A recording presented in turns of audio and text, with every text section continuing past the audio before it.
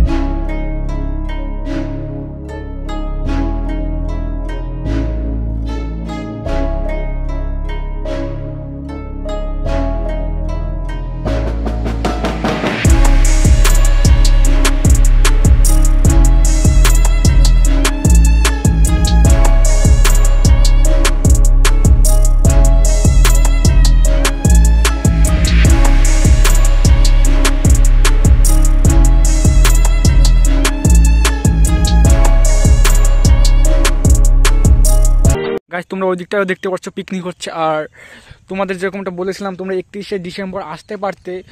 এখান দিয়ে একটা খাল চলে গেছে দেখো।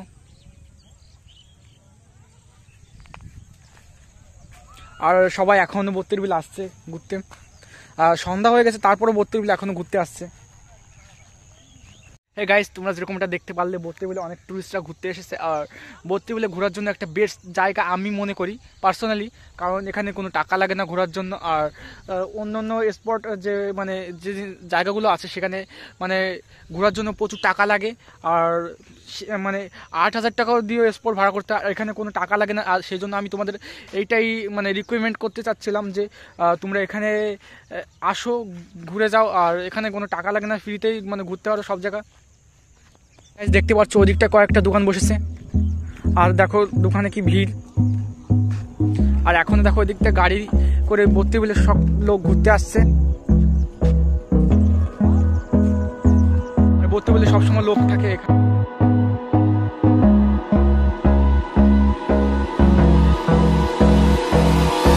Hold me close till I get up. Time is barely on our side.